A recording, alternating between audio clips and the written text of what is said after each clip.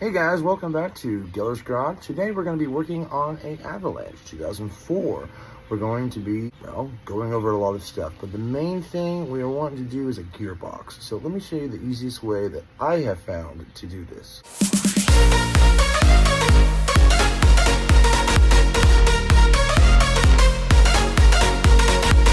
We're working on a 2004 Chevy Avalanche. It is on the GMT800 platform, which is just like my Tahoe. Your typical Chevy Silverado is pretty much similar. Suburban, the Yukon, Denali, all on this platform. We have went through and we have changed out these shocks, upper control arms, sway bar in links, sway bar bushing, outer tie rod, inner tie rod, idler arm bracketry, a pitman arm down there, all the other side's components, including hub bearings, pads, upper control arms, ball joints, etc. Still have a problem. We had play.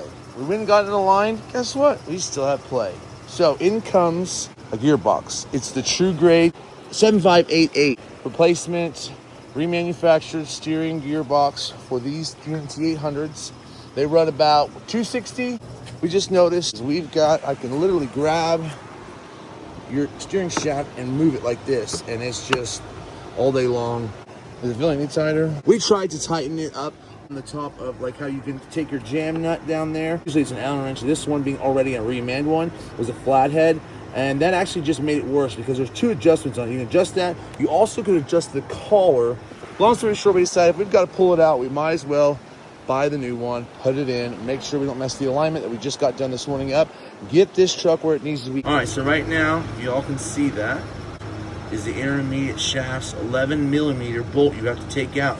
You want to make sure you have your steering wheel completely straight. I use a seat belt.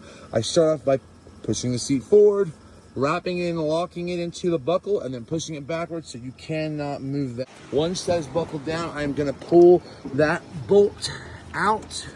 Once that bolt is out, I'm going to pull that shaft off of the gearbox. We want to that's the first step, get that 11 millimeter bolt out, secure your steering wheel, pull that. The 11 millimeter bolt pulled out. I'm going now to reach in there. I'm going to pull that shaft. Sometimes you have to use a pry bar. Hopefully, since I've already done this before, it won't be too bad. But yeah, let me get a pry bar. Hold on one second. They cut and they edit it, and then it's just out. And like, okay, well that didn't help me. How'd they get it out? Now one YouTube channel where they're like doing ball joints, and they're not showing that you got to have an air hammer. You've got to have all this stuff. You know what I mean? Okay, so there's a gap right here at the gearbox where that 11 mil was. You want to put your pry bar. Can you see that? So there's a gap right here, and you want to put your pry bar in between that gap and pull up slowly until that comes off of, you see it separating? Yeah. You do see it separating? Yeah. Okay, now once that's finally off, and then just push that up out of the way. Now, next, what you gotta do, 18 millimeter, and those two top lines that go into the box, there, and next to it, you gotta take those lines off. So let's get those lines off and we'll show you what's next. So we're on the last, the closest. Yeah, it wasn't 18. And you don't have a lot of room.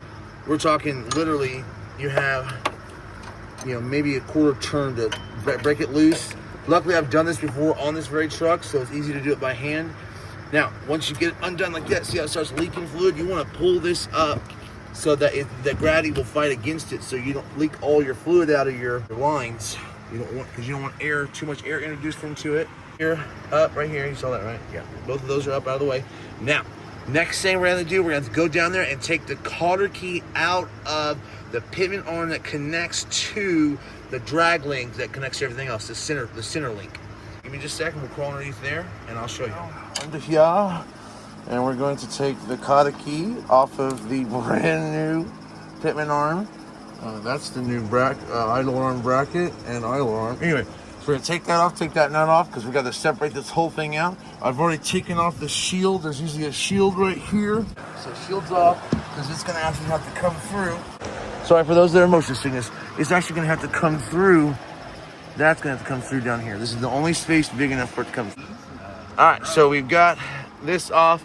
Now this is where you can run into problems. Now every time you work on a car, there's always gonna be a problem. That's just the nature of the beast. Now, in this scenario, we try to copy how the people did on this one, where they did a notch. So if the whole thing spin, which sure enough, it starts spinning on us, we had to stick a pickle fork in there, use our cold bolt with a notch. Several different things trying to get this thing off. Finally, it's loose. As you can see, I can actually move it back and forth. So, gearbox is off there. That's off there. The lines are both off, those 18 millimeter lines. We are now ready to drop the gearbox. The 3 bolts are actually hidden right there. 1, 2, and 3. And you got to pull those 3 off and then drop the gearbox, which I will show you. Got the 3 bolts off. Pitman's arms out is unhooked. Once you get the 3 bolts off, what's going to be holding it up there is the actual ball joint that I was telling you about that we had to make a notch on. You know, this is what we'll be holding on. I was talking about. You have to lift that out to get it out. Fluid's going to come out. You definitely want to mark, which of course we're doing a new gearbox. So if you're just doing a Pitman arm at this point, yeah, you would want to just, mark where. God, see, look how bad this is. Someone has done some hack work according to us doing it. But anyway, we got it off with this tool. And I always rent this tool. This tool is the best one you can get. I have broke so many tools. It's from AutoZone. It's 57170, made by OEM. It's what they call a light to heavy pickup Pitman arm puller. And it does fantastical.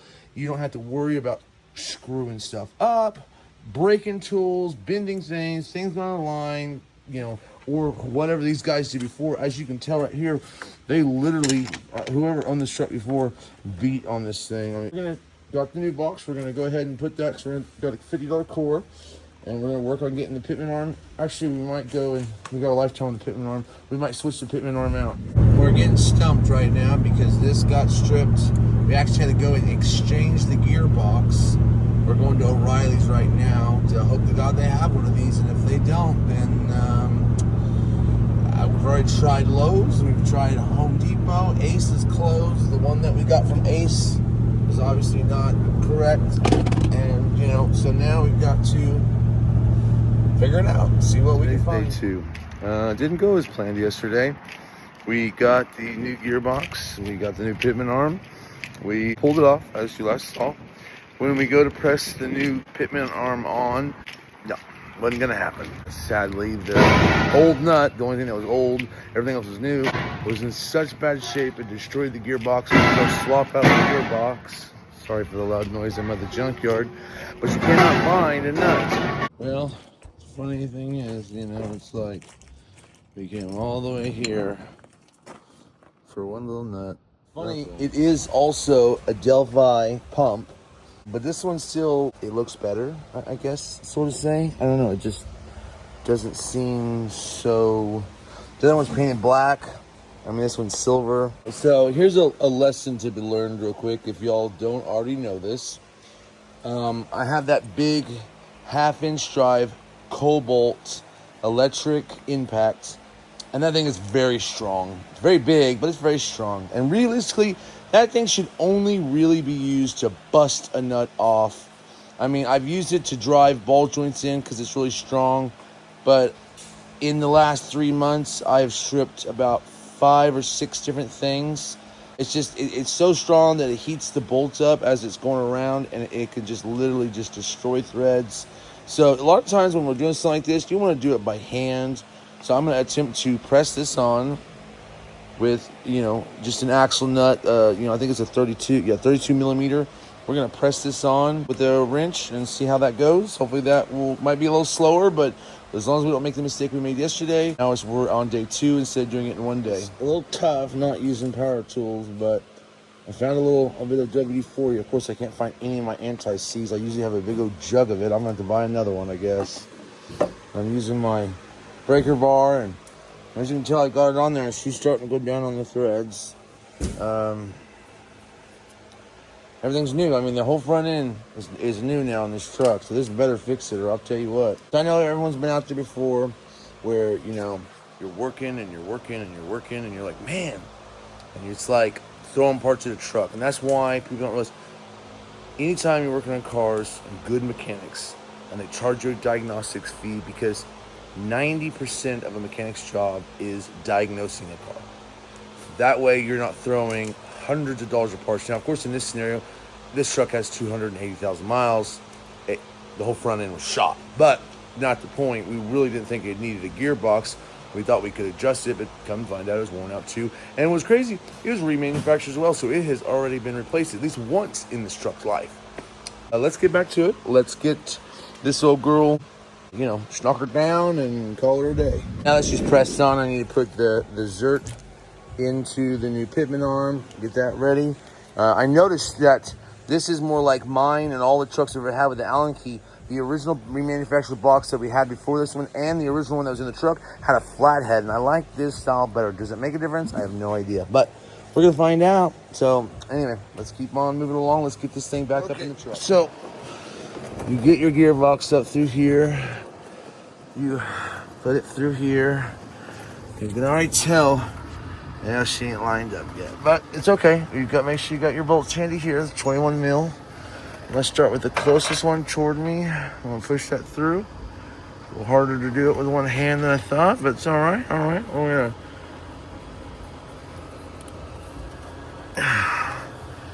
gonna work it over.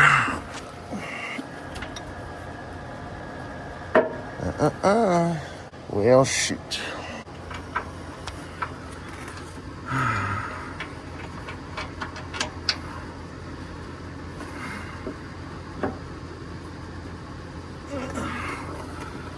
See what I can do here. Give me just a second. Let me put you on a brief pause, or at least put you down real quick.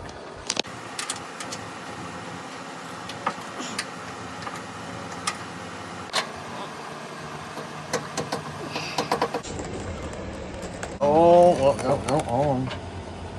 Thought I did. I think I've got them all started now. Them all now started in. I'm gonna slowly do it by hand, not with the cold bolt. Adequate torque amounts. This cold bolt's really strong. I just went against that advice. I'm gonna use it to tighten these up because I know it's at least 130 pounds of pressure on that. So I just got done tightening those three up. The gearbox is now in the car. I've got the castle nut started where the pitman arm is. The pitman arm is. So we're gonna tighten that down, put a cotter key in it, put the lines back on the top. We're going to bleed this system, put some power steering fluid in it. Then we're going to have to put the two 18mm nuts back on, obviously, like I was saying, the lines. Then we're going to have to take the shaft, the inlet shaft, make sure it lines up with the steering wheel correct, or we got a problem. Once that's done, then we can take that 11mm bolt and it'll go through that hole right there. So I have the cotter key through it, and she is completely solid. Everything's connected other than our joint there, which we're about to do, but we got to first do the lines. Now, the first line you got to put in is going to be the one closest to the frame. So you're going to want to get back out. You're going to have to remember your orientation, which is not really hard. I mean, it's not hard because of the way they're shaped. Okay. So you want to do the inside one first, and you got to take those caps off first because there's two caps on it. We got that one and the orange one. The orange one's the one we're about to work on, which I need to feel. I would definitely recommend only doing one cap at a time, just so you don't get anything that's already pre-lubed in the box. So I'm going to pull this one off. All right, and I'm gonna take that line that I just had, and we're gonna fold her up back down. It's gonna go like this. And I'm gonna slowly try to start working it with my finger. It's right here, my bad. This is the line that goes to that one. That bigger one was the one my dad worked with. Okay, so that's mine. I screwed it up, see? So the shorter line goes, I know this is hard to hold everything in the way, but the shorter line goes there first. Then the harder, longer line goes there. So let me get this in real quick, and we will get to getting it put all back together. One's in. I'm about to put the big one in. Now, off camera, I've already flushed out. You just pulled the return line and let it all drain out. Then I put my mouth on it with a tube that I could reach down there, like a garden hose thing that I had that I made, and I just blew it all out. So in a second, I'm gonna fill that up. That should be pre-filled. I'm gonna wanna try to bleed this. I have filled this up. The lines are on. I had to hammer that joint back in with the 11 millimeter for the intermediate shaft. You have to make sure to line that up. And there's been times where I will get it on and then, you know, open the door and I'm like, oh my gosh, the steering wheel's to the left, but the wheels are straight. You gotta be careful on the orientation. And I got really lucky this time that I was very careful and I went slow. As soon as I got it lined up enough, I just took a chisel and a little, 16-ounce hammer and just chopped it in. And then what you do is you put that screw through there so it can't back out. There's a little, and you'll know when you're there because there's this little punch out. There's this little groove on the shaft where it's it's round. It's like this, and that's where the screw will fall into. And there's gonna be threads on the other side so that it can't come undone. So now that I have that done, the steering is now connected to the wheel, to the shaft, and I have no play. So we're pretty much done. Other than cleaning things up, making sure that you rotate rack to rack, off. And that should, with your, sorry, getting ahead of myself. I have this cracked, right? So that's cracked. In here is cracked. So, and this is how I've always done it. I could be wrong. Let me know in the comments. And I'm just gonna roll this rack. Why is it up like that? Why is it separate like that? Anyway, to rack. And that should get all, now this didn't have rack and pinion. It just has your box and your lines. You know what I mean? With the power steering box. It shouldn't take a whole lot. So anyway, that should realistically do it. If not, do it again. And this, after it exceeds, I think, 16 PSI, or maybe that's the radiator, it will push itself out. It'll purge itself. I've had that happen too. So anyway, that's what it takes to do a gearbox after you've rebuilt the front end, or just doing the gearbox, or just doing the pivot arm. If your gearbox is fine and you need a pivot arm, you can actually use this video for that as well. Thanks for watching Geller's Garage, and stay tuned for new stuff. I'm gonna revisit the Pacifica soon. We have our heads down here in the cart. We gotta send up, and I'm gonna buy a rebuild kit. We're gonna build a ZZ Performance race motor for my Buick. We have part one of me searching for cars. I went and looked at a Pontiac. Sadly, I think it's a no-go, but I've got a couple of square bodies I'm looking at that I will show you upcoming soon. So stay tuned. There's going to be great stuff on the channel, and we're moving right along, and I hope everyone enjoyed the video. Okay, yeah, one tad bit. Don't forget to put your splash cover on. Obviously, we're about to put the wheels on. Always check up here. Make sure you left no bolts. You shouldn't have any bolts left over. And if you do, well, email me. We'll figure it out.